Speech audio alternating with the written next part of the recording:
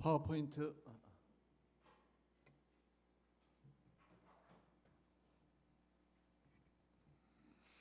뒤에 화면이 잘 보이시죠? 네. 지금 우리가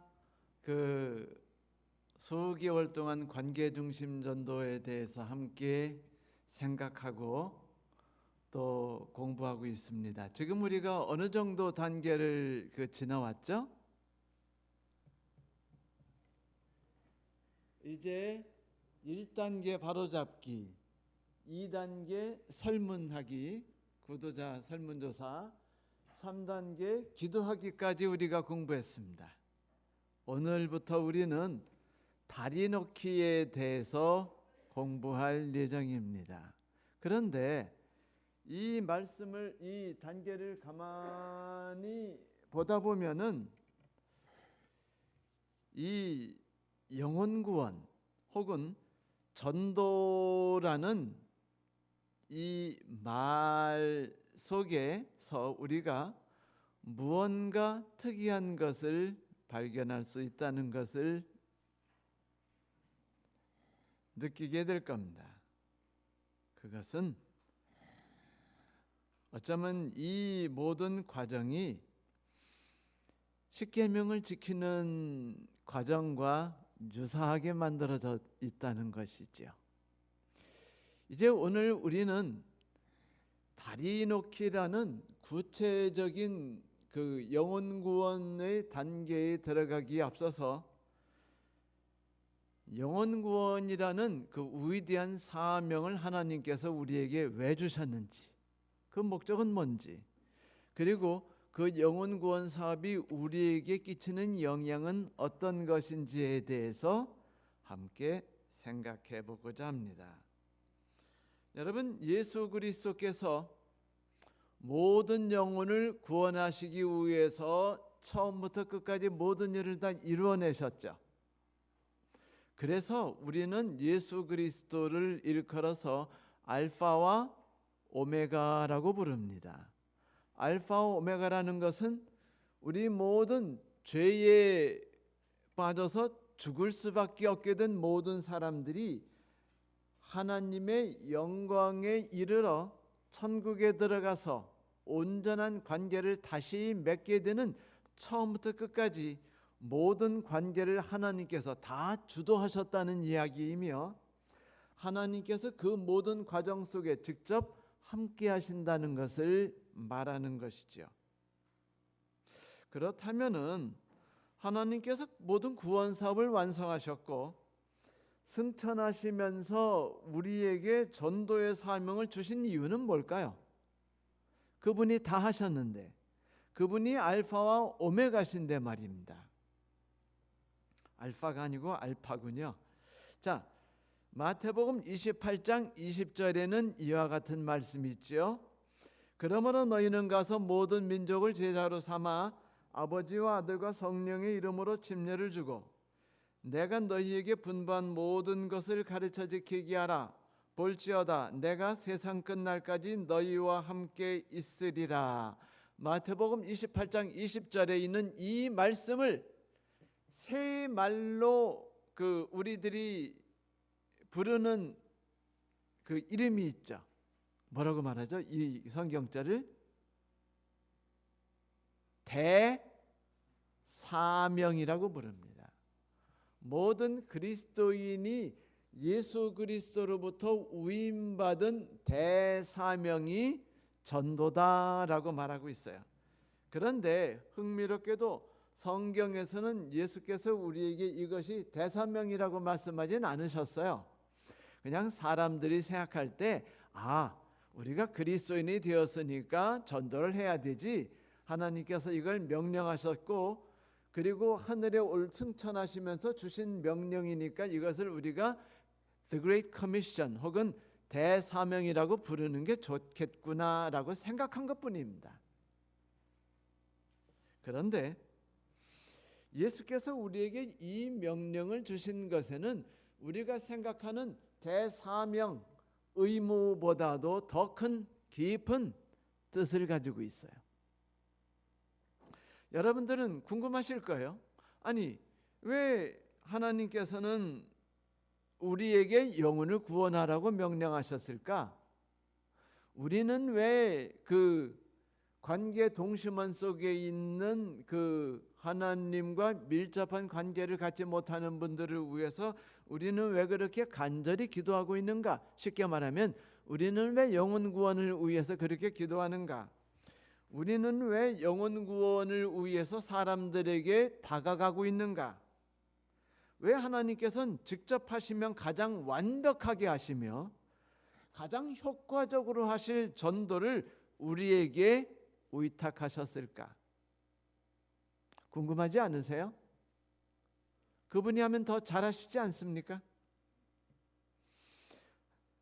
하나님의 본체이신 예수 그리스도께서 당신을 비우시사 종의 형태인 인간으로 이 땅에 내려오셨죠. 그래서 우리를 섬기셨습니다. 십자가에서 죽으셨어요. 그래서 이 세상에 사는 모든 사람들을 영원한 구원에 이를 수 있도록 모든 준비를 다 맞춰 놓으셨죠. 토대를 닦아 놓으셨습니다. 그것만이 아니에요. 성령께서 매일같이 쉬지 않고 우리의 마음에 다가오셔서 그 귀중한 사실을 알려주시고 우리의 마음을 하나님께로 이끄는 일에 최선을 다하고 계시죠. 예수께서 이루신 일과 성령께서 이루고 계시는 일보다 더 일을 잘할 분이 계실까요? 아니요, 없습니다. 성령께서 역사하심으로 구원을 위한 모든 준비가 다 맞춰졌어요. 구원의 역사는 지금도 쉬지 않고 이루어지고 있습니다. 그런데 왜 우리는 우리 가족과 친지와 이웃을 위해 기도해야죠? 왜 우리는 하나님께서 그들의 마음을 움직이셔서 그들이 하나님을 만나게 해달라고 간절히 기도해야 됩니까? 하나님께서 역사하시기를 기도한다는 건 결국은 하나님이 모든 구원의 주관자이시며 주체자라는 걸 인정하는 거 아닌가요? 하나님, 우리 아들도 합격하게 해주세요. 우리 아들에게도 이 혜택을 주십시오 라고 말하는 것, 그것은 그분께서 모든 것의 주관자라는 걸 공식적으로 인정하는 거예요. 내 마음속에서부터 우러나오는 심령으로 고백하는 것입니다. 기도도 결국 하나님께서 일해 주세요라고 간구하는 거 아니겠어요? 그렇죠? 결국 하나님께서 영혼의 구원을 위해 처음부터 끝까지 일을 다 하셔요. 그래서 우리는 그분을 알파 오메가로 부르죠. 그렇다면 왜 영혼을 구원하시기 위해서 당신의 모든 걸 희생하셨고 당신의 삶을 모두 아낌없이 내어주셨으며 6,000년이란 긴 시간을 우리를 위해 몽땅 내어놓으신 하나님께서 창조주이신 분이며 구원자이시며 우리를 영원한 하늘까지 인도하실 인도자께서 왜 가장 비효율적으로 느껴지는 전도라는 방법을 우리에게 권하셨을까? 궁금하지 않으십니까? 그 이유는 전도라는 삶은 성화의 길이기 때문입니다. 우리들은 자꾸 이것을 등한히 여겨요. 그냥 전도는 그리스도인이니까 해야 되는 의무라고만 생각합니다. 그러나 실제로는 전도는 하면은 좋고 영혼을 구원하니 하늘의 면류관이 이렇게 쫙 달리게 되는 그런 멋있는 폼 따고 나는 그 열매를 거둘 수 있는, 봉사했으니까 헌신했으니까 얻는 그런 것만을 의미하는 것이 아니에요. 오히려 전도는 성화의 유일한 길일 수도 있습니다. 마치 십계명이 우리로 하여금 하나님을 경험하고 하나님을 의지하고 이웃에 대한 뜨거운 동정심과 관심을 쏟도록 만들어주듯이 11금과 12금이 우리에게 하나님을 의지하고 나 자신을 비우고 이웃에 대한 손길을 내밀므로 그들을 내가 바라보고 인식하고 깨달을 수 있게 도와주듯이 전도는 우리의 연약함을 깨닫고 하나님의 능하심을 경험하며 우리에게 귀중한 이웃이 있으며 그들과 함께 손을 잡고 성화의 길로 들어서서 하나님을 닮아가는 과정이 얼마나 매력적인 것인가를 경험하는 유일한 길이에요. 경험하는 축복입니다. 그래서 하나님의 구원이 우리 안에 온전히 역사하실 수 있도록 하기 위해 하나님께서 영혼 구원, 곧 전도라는 제도를 활용하신 것이지요. 아멘 아닙니까? 이 전도라는 것은 간단하게 말하면 무너지는 것을 복구하는 일입니다. 붕괴된 관계를 다시 한번 보수하는 일이에요. 서로 떨어져 있는 사람들을 하나로 연합시키는 일입니다. 하나 되게 하는 것, 그것이 전도예요. 나와 남편 관계가 하나가 되지 않는다면, 서로에 대한 동정심과 긍휼 불쌍히 여김으로 충만하지 않다면 나는 남편에 대하여 전도를 시작해야 되고 남편은 나에 대해서 전도 활동을 시작해야 되는 것이죠.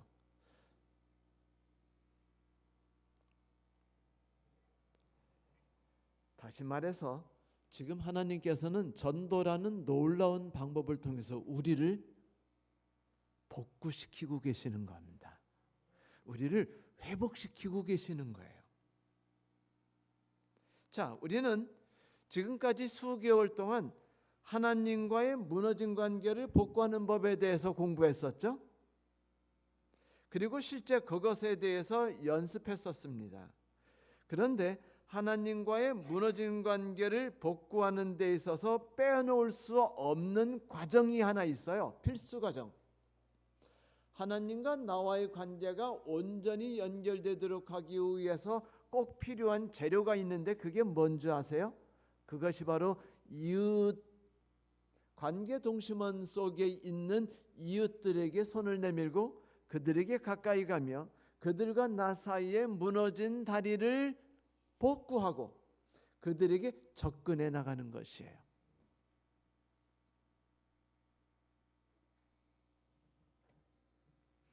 이 일을 하나님께서 하셨죠. 회복 작업을 하나님께서 해주셨습니다. 우리를 영원한 하늘에 데려가시기 위해서. 그리고 그분께서 우리를 하늘에 데려가시기 위해서 우리의 동참을 요구하시는 겁니다. 자, 목자는 준비됐어요. 목자가 양을 꼴을 먹이고 쉴만한 물가로 인도하시기 위해서 만반의 준비를 갖추었습니다. 지팡이도 준비했고요. 그리고 길들을 익숙하게 다 찾아 놓았습니다. 독초를 제거할 준비를 했어요. 막대기도 챙겨놨습니다. 그런데 목자에게 필요한 것이 무엇이죠? 양이에요. 양이 없다면 목자가 준비한 모든 것들은 다 아무 쓰잘데없는 것이 되는 것이죠. 우리 모든 사람들은 하나님 앞에 양이죠. 우리는 하나님과 동행할 필요가 있어요. 하나님과 함께 협동할 필요가 있습니다. 그분이 우리를 인도하실 때 우리가 그분을 따라가는 삶을 함께 나누는 것이죠.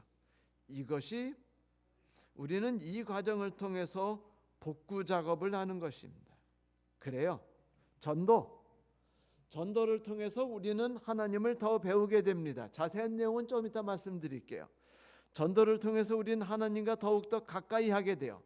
전도를 통해 우리는 그분을 더욱 의지하고자 하고 또 의지하고자 하는 열망이 생겨납니다. 전도를 통해 우리는 이웃과의 무너진 관계를 보수하기 때문에 행복한 이웃들을 만나게 돼요.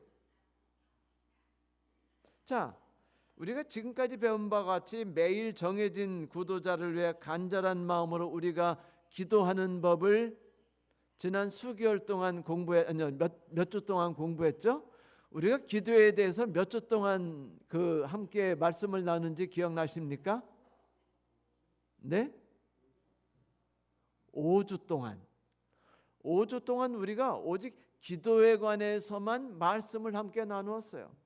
그 시간이 우리에게 얼마나 은혜로운 시간이었으며 그 시간이 얼마나 우리로 하여금 하나님을 맛보게 하는 시간이었습니까? 그런데 성도 여러분, 기도만 하는 것은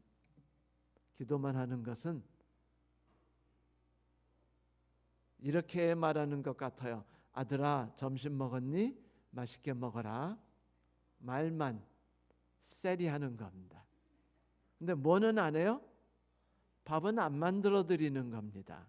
반찬도 안 만들어 줘요. 그냥 콩나물 맛있게 해 먹어. 너 그게 건강에 좋대더라. 이렇게 말하고 땡인 겁니다. 그러면 아들이 엄마를 보면서 무슨 생각을 할까요? 저 사람은 위선자야. 저 사람이 엄마인가? 라는 생각을 하게 될 겁니다. 그렇지 않습니까? 기도는 그 사람에 대해서 간구하죠. 기도는 그 사람에 대해 생각합니다. 기도는 그 사람에게 접근할 수 있는 방법을 알려달라고 간구하는 것이에요. 그런데 여러분, 기도는 한계성이 있어요. 그건 마치 그 수영 선수가 다이빙 선수가 다이빙을 하기 위해서 다이빙대를 올라가는 것과 같습니다. 그 리처드 바크라는 그 이름을 가지신 그 박사님이 그의 유명한 저서 날개의 선물 Gift of Wings라는 책에서 재미난 얘기를 했어요. 인간이 성취를 향하여 전진하는 과정은 수영장의 다이빙대와 같다. 흥미로운 얘기죠? 다이빙대에 처음 도전하는 사람들은요, 다음과 같은 과정을 겪는데요. 처음에 며칠 동안 높은 다이빙대만 쳐다본답니다. 그냥 쳐다본대요. 익숙해지면 그 다음에는 그 올라가 볼 건지 말 건지를 생각하는 과정을 겪었기 때문에 드디어 이제 젖은 계단을 조심스럽게 올라가기 시작한대요. 어떤 일을 앞두고 결단을 내리는 단계랍니다. 아직은 완전한 결심을 하지 못했고 불안한 과정 속에 내딛는 걸음들이죠. 세 번째로 그는 높은 그 다이빙대에 오르게 됩니다. 결단 직전에 있는 가장 불안한 단계래요. 다이빙 꼭대기에 선 사람은요, 두 개의 길이 그 앞에 놓여 있답니다. 첫 번째는 다이빙을 포기하고 올라갔던 계단을 다시 내려가는 계단. 그래서 그 계단을 그 패배를 향한 계단이라고 부른대요. 또 하나의 길은 과감하게 물속으로 뛰어드는 길이에요. 이것을 승리를 향한 다이빙이라고 부른답니다. 다이빙 대 끝에 서면은요, 소름이 끼친대요. 무섭고 두려움에 빠진답니다. 그는 거기서 한 가지 선택을 한대요. 만약 체중을 앞으로 기울이기 시작하면 이미 늦은 거예요. 뛰어내릴 수밖에 없어요. 왜냐하면 물속으로 떨어지게 되니까. 이렇게 하기만 하면요, 모든 불안과 두려움이 다 정복되게 되죠. 그래서 한번 뛰어내립니다. 그러면 다이빙하는 것이 의외로 재밌고, 야, 이거 해볼만 하다라는 걸 느끼게 된대요. 그러면 또 한 번 올라가고 또 한 번 올라가고 1000번을 올라가면 드디어 다이빙 선수가 되는 겁니다. 성도 여러분, 훌륭한 바이올리니스트나 피아니스트들이 그 공식적으로 내 실력이 어느 정도다라고 인정을 받으려면은요, 10,000번 이상을 연습한대요. 어떤 유명한 피아니스트에게 피아노 협연을 보름 전에 전화해서 부탁드렸더니 그분이 거부하셨대요. 그래서 왜 거부하시냐니까, 내가 그 곡을 알고 있고 물론 칠 수 있지만 내가 100번을 연습해서 준비하지 않으면 나는 공연장에 나갈 수 없습니다라고 말했대요. 이만큼 실행이라는 것은 매우 중요하다는 것이죠. 자, 다이빙대를 뛰어내립니다. 어색하죠? 서툴죠? 재미는 있지만 두렵기도 하고 아프기도 해요. 두 번째 떼어내립니다. 폼을 교정하고 세 번째 떼어내려요. 또 폼을 교정하고 네 번째 때립니다. 덜 고통스러운 방법을 익혀요. 그리고 덜 두려워집니다. 더 높은 곳으로 올라가요.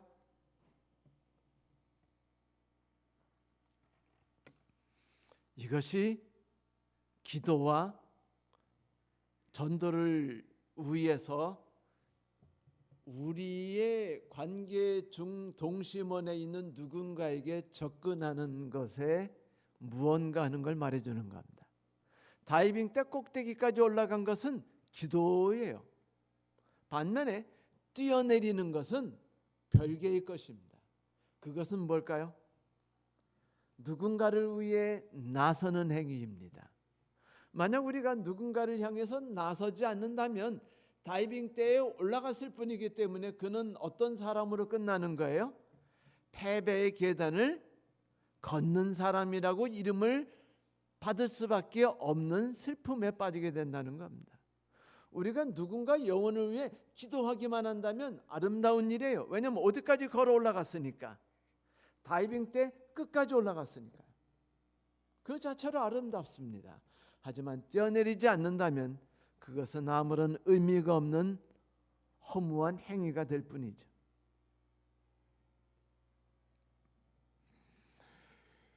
이 다이빙 때를 빙자에서 제가 말씀드렸다시피 이 전도 활동, 영혼 구원 행동이라는 건 결코 쉽지 않아요. 매우 힘들죠. 어렵습니다. 부끄러워져요. 무섭습니다. 여러분 집집 방문 혹시 해보셨어요? 길가에서 전단지 뿌리셨습니까? 가장 전도 방법 중에 가장 비효율적인 방법이나 그러나 우리가 관계 중심 전도의 활동을 하지 않을 때는 가장 쓸모 있는 방법. 되게 무섭죠? 부끄러워지죠? 하기가 싫어지고요. 부담 가는 행위일 수 있습니다. 그런데 이 과정들이 쉽진 않지만 이 일을 우리가 하는 것이 우리에게 매우 큰 효과를 갖다 준다는 거 아세요? 우리가 누구에게인가 다가가요. 남편에게 다가갑니다. 남편이 아직 하나님을 알지 못해요. 하나님을 온전히 신뢰하지 못합니다. 내 말을 잘 듣지도 않아요. 멍청이 같아서. 그래서 내가 남편을 권해서 하나님을 의지하게 하고 부부간에 서로 사랑할 수 있도록 권하는데 이놈의 남정네가 말을 전혀 들으려고 하지 않습니다. 남자들이 가지고 있는 일반적 특성 중에 문제점이 있다면 그게 뭐죠? 말을 안 듣는다는 거. 그렇지 않습니까? 이게 남자들이 말 안 들어요. 자존심이 아주 강합니다. 그래서 아내가 남편이 행동을 하게 하려면 꼬셔야 돼요. 마치 그 사람이 해주면 나는 너무 행복하고 내가 천국을 거닐게 될 것이라고 암시를 주고 그 사람이 그 일을 하는 것이 얼마나 멋지고 매력적인가를 은연중에 보이지 않으면 그 일을 하지 않습니다. 욕해보세요. 빈정거려보세요. 일이 되나? 똑같이 그가 하나님께 가까이 나아가도록 하는 일이 너무 힘들어요. 그럼 우리는 기도하죠. 오 하나님, 우리 남편이 예수를 믿게 해주세요. 1000년을 기도해보세요. 안 들어집니다. 그래서 우리가 어떻게 해요? 이제 남편에게 가봅니다. 밤도 까주고 여보 맛있죠? 교회 가자. 우리 엄마가 전도회가 시작된다고 우리 아버지를 강제로 끌고 막 옷을 잠아 다니다가 옷솔기가 뜯어졌는데도 우리 아버지 끝까지 안 가셨어요.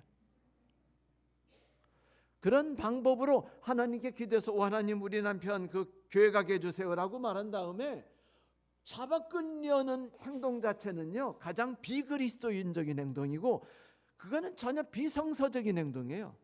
성경이 언제 그렇게 하랍니까? 성경이 말한 건 그 사람이 하나님께 마음을 열고 하나님을 의지하도록 도와주라는 것이었죠. 그것을 느낄 수 있도록 내가 다가가고 내가 그 사람의 상처를 치유해주고 내가 그 사람의 필요를 채워주는 행위를 내가 하라는 것이었어요. 존심 상하죠. 내가 10번을 남편에게 행동했는데 남편이 0.5번 반응할까 말까 하면 짱나요, 안 나요? 한 10년 결혼 생활하고 나면 저놈은 남편에게 그 더 이상 해주고 싶어요, 안 해요? 그렇지만 하는 게 그리스도인입니다.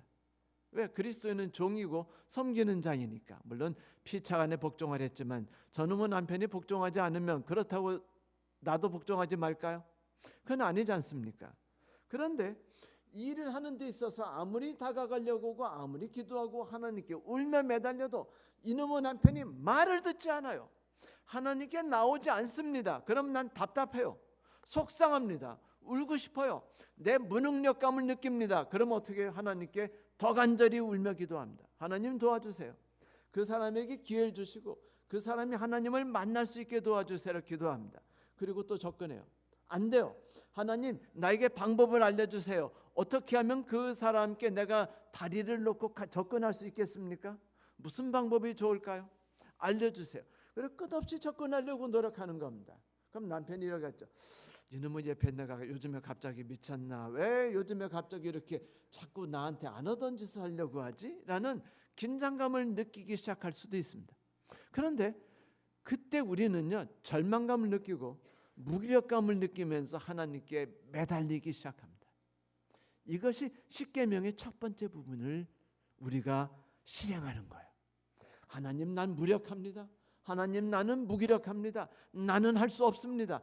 당신 외에 저는 어떤 경우도 그에게 다가갈 수 없다는 걸 느끼고 마음이 찢어질 듯 아픕니다.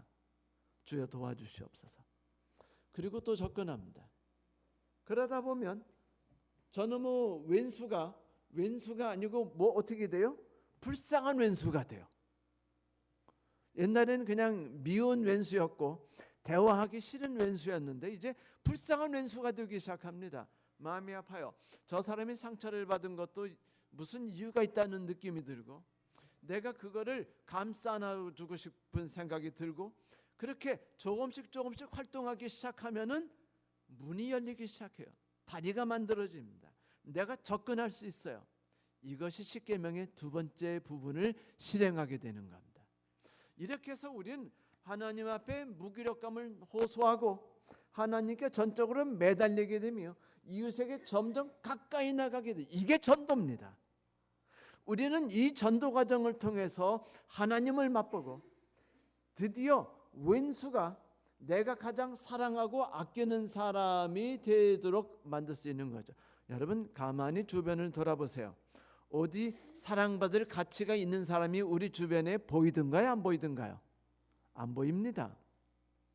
그런데 사랑받을 가치가 있는 사람은요, 내가 예수 그리스도께서 빌립보 2장 5절부터 8절에 말씀하셨듯이 내가 나의 모든 걸 버리고 종의 신분이 되어서 오직 섬기고 오직 복종하고 나 자신을 십자가에 매달리는 과정을 통해서만 이룰 수 있는 것이에요. 그래서 전도는 위대합니다. 그래서 전도는 아름다워요. 이렇게 함으로 우리는 하나님을 맛보고 성화되는 것을 경험하기 시작해요. 성화가 뭔지, 성령이 내 안에 충만하심이 뭔지를 맛보기 시작합니다.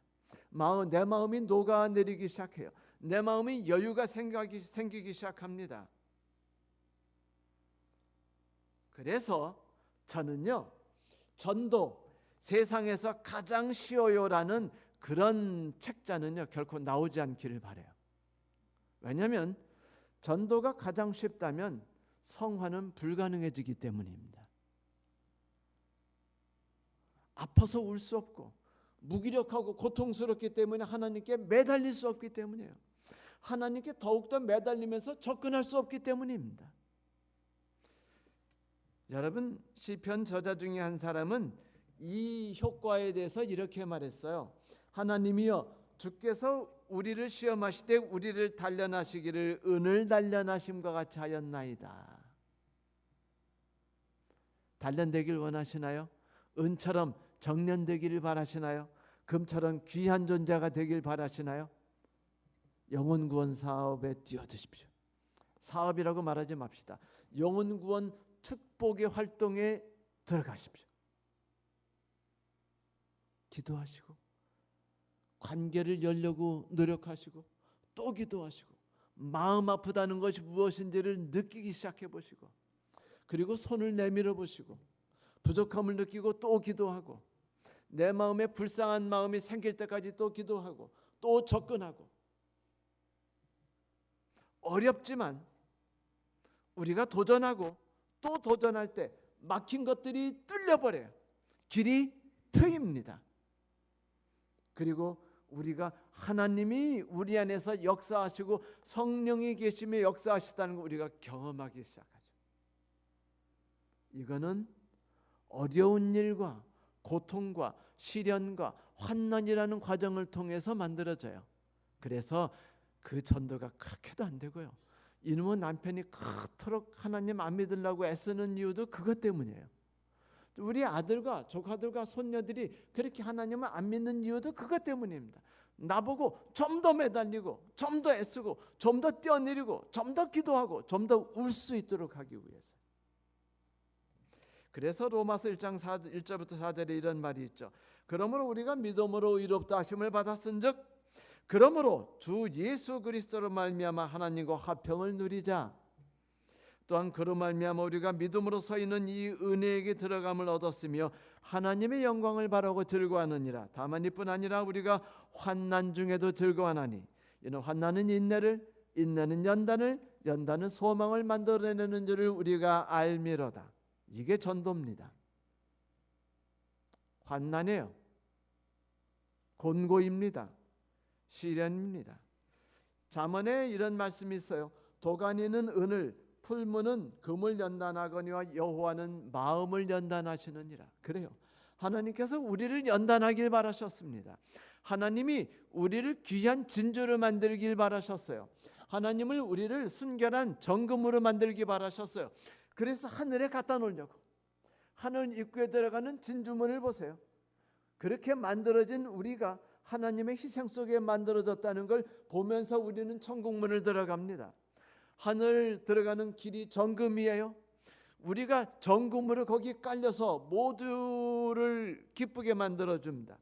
그 길에 내가 참여할 수 있도록 하기 위해서 하나님의 수고와 헌신과 모든 것을 바치며 얼마나 위대하고 얼마나 거대했습니까? 구원활동은 이토록 힘들고 고통스럽고 수많은 방해와 장애물을 지나가야 하는 것입니다. 그렇지만 그 과정을 통해 우리는 인내를 배우고 하나님께 굴복하고 하나님께 의존하는 것을 배우며 이웃에게 가까이 나가며 그것의 구체적인 경험들을 하게 되죠. 이래서 우리는 능력이 자라나기 시작합니다. 나디아 코마니치 잘 아시죠? 음반의 요정이라고 불렸던 그분이 이런 이야기를 했어요. 나는 곤경에 부닥칠수록 강해지는 사람입니다. 어떤 이는 내가 다른 사람들보다 뛰어났던 이유는 어린 시절 남이 시키는 것보다 많은 노력을 했기 때문이라고 말합니다. 속지 마세요. 열심히 했던 건 사실이지만 나는 항상 내 몸을 챙기고 신중하게 행동했습니다. 나는 통증이 있어도 항상 내 몸을 통증이 있어도 연습했지만 참아도 되는 통증과 그렇지 않은 통증의 차이를 알고 있습니다. 나는 본능적인 직감을 따랐고 그 직감이 나를 안전하게 지켜주었습니다. 뭘 얘기할까요? 고통을 겪으면서 고통을 피하는 법을 배웠고 고통을 이용하는 법을 배웠으며 나 자신을 가장 완벽하게 삶의 자세를 취하는 법을 배웠다는 것이에요. 전도는 그런 것입니다. 전도를 통해서 우리는 난관을 배우고 그 난관을 통해서 우리는 바른 자세 갖는 법, 사람을 온전히 만나는 법, 그 사람을 불쌍히 여기는 법, 그 사람에게 가까이 가서 선물을 주는 법. 아, 이렇게 선물 주니까 기분 나빠하네. 이렇게 말을 하니까 짜증내하네. 이렇게 말하니까 만문을 안 여네. 그러면 어떤 방법이 나에게 있을까? 하나님 도와주세요. 알려주세요. 하나님이 알려주시고 우리는 그 길로 가보고 이렇게 하면서 우리는 효과적으로 사람들을 만나며 사람들과 함께 손을 잡고 나가는 법을 배웁니다. 여러분, 전도는 매력적인 것이에요. 왜냐고요? 누군가를 데리고 산을 올라간다고 합시다. 그 사람이 산에 도착한 순간에 나는 어디에 있을까요? 나도 산에 있어요. 누군가 그 사람이 내 남편이든 내 아내든 내 조카이든 혹은 내 이웃이든 교회 동료이든 그 사람과 함께 손을 잡고 그 사람을 격려해서 부추겨서 일으켜서 함께 거룩한 산에 오른다고 합시다. 영혼 구원 사업 말이죠. 사업이란 말은 빼고 영혼 구원 축복의 활동. 그 순간 나도 그곳에 가 있는 거예요. 그 사람의 결점이 깨어지고 그 사람의 약점이 무너지고 그 사람의 장점이 살아나고 그 사람이 하나님 앞에 깨어져 울 때 나도 같이 깨어져 울고 나도 같이 나의 결점이 사라지는 거예요. 그러므로 우리는 하나님을 만나게 되고 성령의 감동과 성령의 감화를 받게 되는 것입니다. 제가 수없이 말씀드리죠. 성령의 감화를 받기 위해서 어떤 책을 읽거나 어떤 집회 참석하지 않으셔도 돼요. 간단합니다. 전도하십시오. 영혼 구원해 보세요. 불쌍히 여겨보시고 손을 내미시고 기도하세요. 성령 충만한 것을 느낄 겁니다. 성령이 하나님이 나에게 함께 하시는 걸 충만하게 느낄 거예요. 쉽지 않다고 말씀드렸죠? 맞아요. 사랑하고 싶은 이에게 다가가는 것은 어려운 일입니다. 관계의 다리를 놓는 것도 힘든 일이에요. 다음 주부터 우리가 이 부분에 대해서 오랫동안 함께 공부할 것입니다.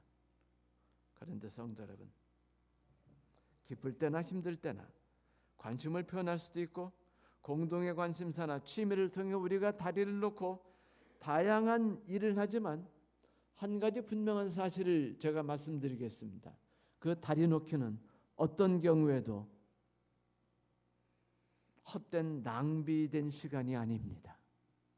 한 번을 냈던, 두 번을 냈던, 세 번을 냈던 그 모든 것들은 귀중한 경험으로 나의 영혼에 순화시켰고 나를 좀 더 하나님께 가까이 나가게 했고 나로 하여금 그 사람에게 더욱 가까이 하게 도와준 중요한 힘이 되는 거예요. 내일을 나를 살아갈 때 힘이 될 추억을 만들어 줍니다. 얼마 전에 그 우리나라 초등학생들이 수업에 대한 흥미도가 매우 낮다는 그 연구조사 결과가 있었어요. 한국 사람들 초등학생들과 중학생들이 타인 배려와 존중이 낙제점이래요. 전 세계적으로. 그렇게 정의는 엄청 주장하죠. 한국 사람처럼 정의 주장하는 사람이 없을 거예요. 한국 사람처럼 형평성을 주장하는 사람이 없을 겁니다. 하지만 신기하게 한국 사람만큼 타인을 배려하고 존중하는 일에 낙제점을 가진 사람도 없대요. 왜 그럴까요? 아마 너무 좁은 나라에 너무 많은 사람이 살면서 북적거려서 그럴지도 몰라요. 전 세계 한국 나라처럼 그렇게 사람 꽉꽉꽉꽉 바글바글한 나라가 또 있습니까? 없을 거예요. 그러니까 극도의 경쟁 속에서 어려워서부터 비교 대상이 되면서 싸우게 돼요. 이겨야만 살아나야만 더 노력해야만 된다고 말하고 더 효율적으로 해야 된다고 말하고 성공하는 방법을 가르칩니다. 그런데 그 모든 방법을 통해서 우리가 점점 어떤 사람이 되냐면 배려심이 모자란 사람이 되고 그리고 불행을 점점 겪어가면서 나는 불행한 사람이야 라는 생각을 하게 돼요. 또 재밌죠. 전 세계적으로 볼 때 교사들이 자기의 자존감을 가장 느끼지 못하는 나라도 한국이래요. 한국이 다른 나라보다 교사 월급이 상대적으로 매우 높답니다. 엄청 높대요. 그런데도 불구하고 다른 나라 교사들보다 자존감이 낮답니다. 왜죠? 서로 간에 배려와 관심과 그런 것들이 매우 떨어지기 때문에 학생들이 교사를 존중하지 않아요. 무시합니다. 우습게 생각해요. 인간같이 여기지도 않습니다. 그러니까 교사 생활 하기가 싫은 거예요. 죽기보다 싫어요. 담임을 제일 싫어해가지고요. 기간제 교사만 있으면은 기간제 교사에게 다 담임 자리를 다 넘겨준답니다. 정규 교사들이. 왜? 그 절망감을 느끼고 싶지 않아서요. 그런데 이런 모든 고통들이 우리의 삶 가운데 있을 때 이 모든 것들을 해결할 수 있는 것은 경쟁이 아니라 누군가를 세우기 위해서 다가가는 것이라고 말하는 것, 이것이 전도입니다. 전도는 우리가 함께 살아야 가야만 한다고 말해줘요. 전도는 너는 내가 존재하는 데 있어서 가장 필요하고 꼭 필요한 존재라고 말해 주는 것이며 느끼도록 해주는 것입니다. 성도 여러분, 우리는 영혼구원 혹은 전도를 대사명이라고 부르죠. 하지만 저는 이 시간 여러분께 분명하고도 큰 음성으로 말씀드립니다. 영혼구원은 내 개인 영혼을 구원하는 유일한 축복입니다. 축복을 누리는 과정입니다. 십계명을 경험하는 특별한 길입니다. 하나님을 신뢰하고 이웃을 내 몸과 같이 사랑하는 일을 그 무엇보다도 더 처절하게, 그 무엇보다도 더 고통을 느끼면서, 그 무엇보다도 더 실제적으로 행사하게 하는 길입니다. 사랑하는 성도 여러분, 이제 우리 앞에 구원자 하나님께서 우리를 성화의 길을 통해 영광의 길로 인도하시기 위해서 영혼 구원이라는 축복의 선물을 베풀어 주셨습니다. 여러분께서는 그 선물을 어떻게 대하시겠습니까? 하나님의 은혜가 저와 여러분에게 여기에 대한 깊은 생각을 할 수 있도록 도우시기를 바랍니다. 말씀을 마치겠습니다.